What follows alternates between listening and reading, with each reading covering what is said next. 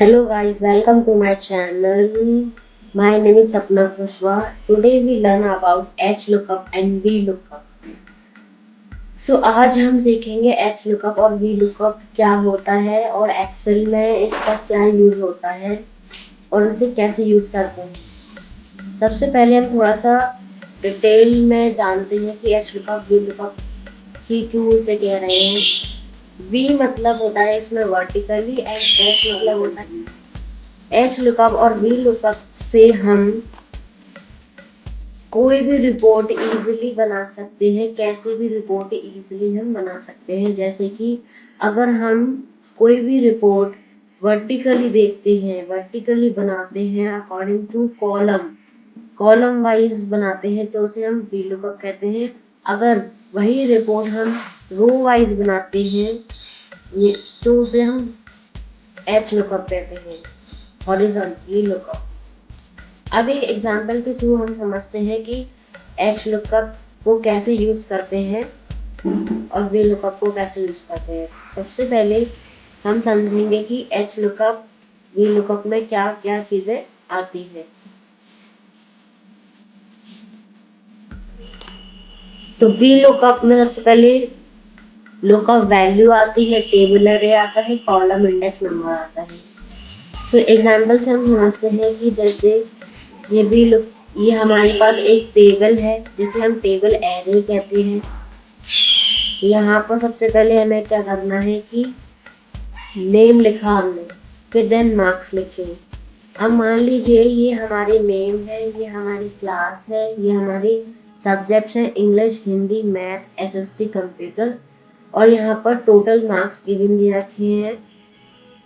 अब हम समझते हैं कि मान लीजिए हमें अलग से निकालना है कि लेवल के कितने नंबर आए हैं। तो हम क्या करेंगे, यहाँ पर एक फॉर्मूला लगाएंगे।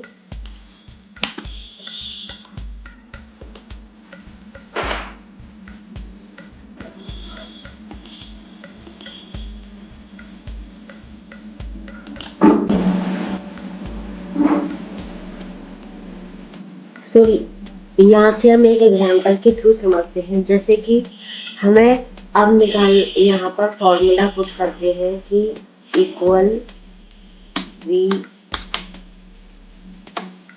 लुकअप, यहाँ पे ब्रैकेट लगाएंगे और इसके बाद हमें लुकअप वैल्यू, जैसे कि हम यहाँ पर सर्च करेंगे जो भी नेम से हमें डाटा निकालना है, तो हम यहाँ इस वाले सेल पर क्लिक कर देंगे। देन हमें निकालना है कॉमा लगाना है। देन हमें टेबल एरे सिलेक्ट करना है। इस पे यहाँ पर देखिए लिखा हुआ आ रहा है टेबल एरे, तो हम यहाँ पर टेबल एरे पर पूरी टेबल इसमें सिलेक्ट कर देंगे। देन फिर कॉमा लगाना है। इसके बाद हम यहाँ पर लिखेंगे कि हमें कौन से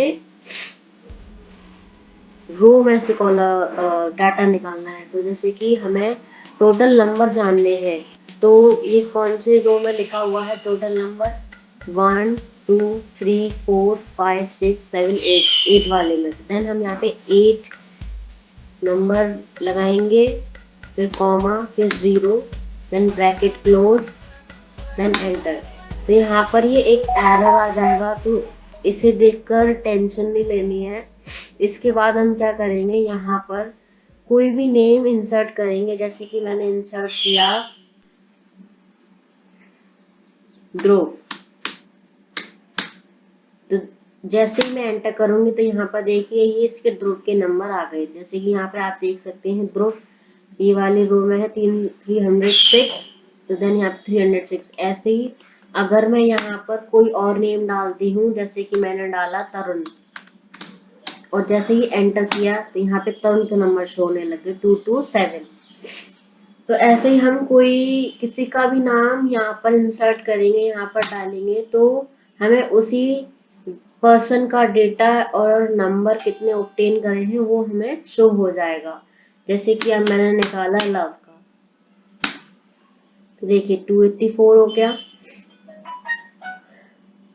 तो इसमें हम एक ऑप्शन ये कर सकते हैं कि हमें बार बार नेम नहीं लिखना पड़े, इसके लिए हम यहाँ पर लिस्ट बना सकते हैं। उसके लिए हम यहाँ पर डाटा पर सबसे पहले इस सेल पर क्लिक करेंगे, देन डाटा पर क्लिक करना है, इसके बाद डाटा वैलिडेशन पर क्लिक करना है। डाटा वैलिडेशन पर क्लिक करने के बाद यहाँ पर एनी वैल्यू में जाकर लिस्ट पर क्लिक करना है, सोर्स पर क्लिक करना है। सोर्स पर क्लिक करने के बाद हमें इस पूरी लिस्ट को सिलेक्ट करना है।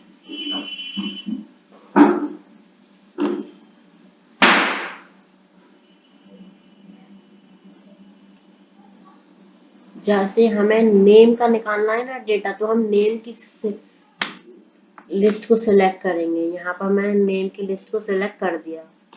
अब ओके कर देंगे।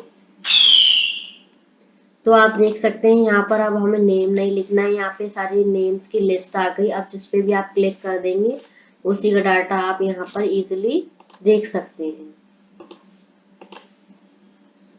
ऐसे ही हम एच लुकअप पर करेंगे। एच लुकअप पर हमें क्या करना है, जैसे इसमें हम हॉरिजॉन्टल डाटा को देखेंगे। जैसे कि अब हमें इसमें वर्टिकली हमने क्या देखा, नंबर देखे। अब हम इसमें सब्जेक्ट्स देख सकते हैं। जैसे कि मैंने यहाँ पर क्लिक किया और फॉर्मूला लगाया, एच लुकअप ब्रैकेट,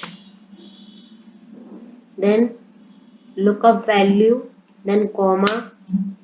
अब इसमें टेबल एरे सिलेक्ट करना है, देन कॉमा। इसके बाद रो इंडेक्स, जो भी जहां से भी हमें डाटा निकालना है उसकी रोज, तो हमें निकालना है 5th रो का। तो हमने 5th रो के लिए 5 लिखा और कॉमा लगाकर 0, देन ब्रैकेट हमने क्लोज कर दिया, देन एंटर। तो फिर से एरर दिखा रहा है, इसको टेंशन लेने की जरूरत नहीं है। अब इसमें हम आगे क्या करेंगे, जैसे ही हम यहाँ पर कोई भी सब्जेक्ट इंसर्ट करेंगे, जैसे 5th रो में मुझे इंग्लिश का देखना है, तो मैंने इंग्लिश का लिखा यहाँ पे सब्जेक्ट और एंटर।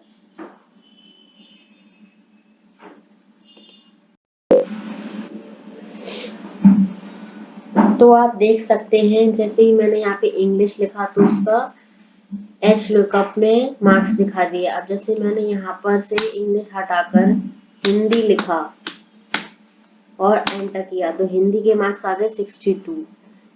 देन ऐसे ही मैंने यहाँ पर एसएसटी लिखा, एंटर किया तो यहाँ पर मार्क्स आ गए 55। तो हमने किसका देखा, 5th रो का। अगर हमें यहाँ पे 6th रो का देखना है तो हम यहाँ पर फॉर्मूला चेंज करना पड़ेगा। जैसे कि यहाँ पर हमने 5th की जगह 6th कर दिया।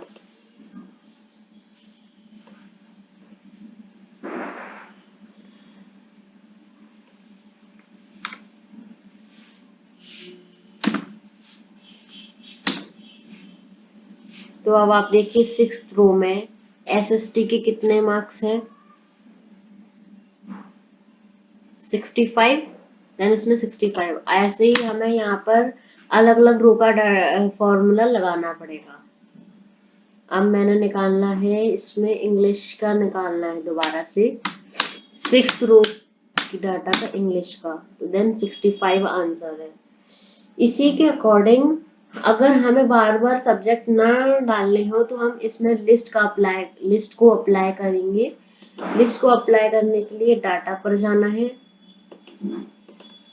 डाटा पर क्लिक करने के बाद यहाँ पे डाटा वैलिडेशन पे जाना है। डाटा वैलिडेशन पे जाने के बाद एनी वैल्यू में हमें सिलेक्ट करना है लिस्ट। लिस्ट को सिलेक्ट करने के बाद सोर्स पे जाना है। सोर्स पे हमें सोर्स कहाँ से चाहिए, ये सब्जेक्ट सोर्स है हमारे, देन ओके। तो अब आप देख सकते हैं यहाँ पर लिस्ट की सब्जेक्ट्स की लिस्ट बन चुकी है। तो जिस भी सब्जेक्ट्स पर आप क्लिक करेंगे उसी सब्जेक्ट का आप डाटा इजीली देख सकते हैं, आपको बार बार लिखने की जरूरत नहीं पड़ेगी।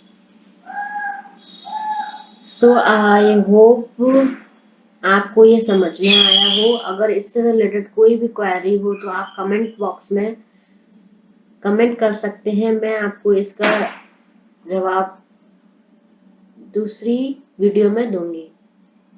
Thank you.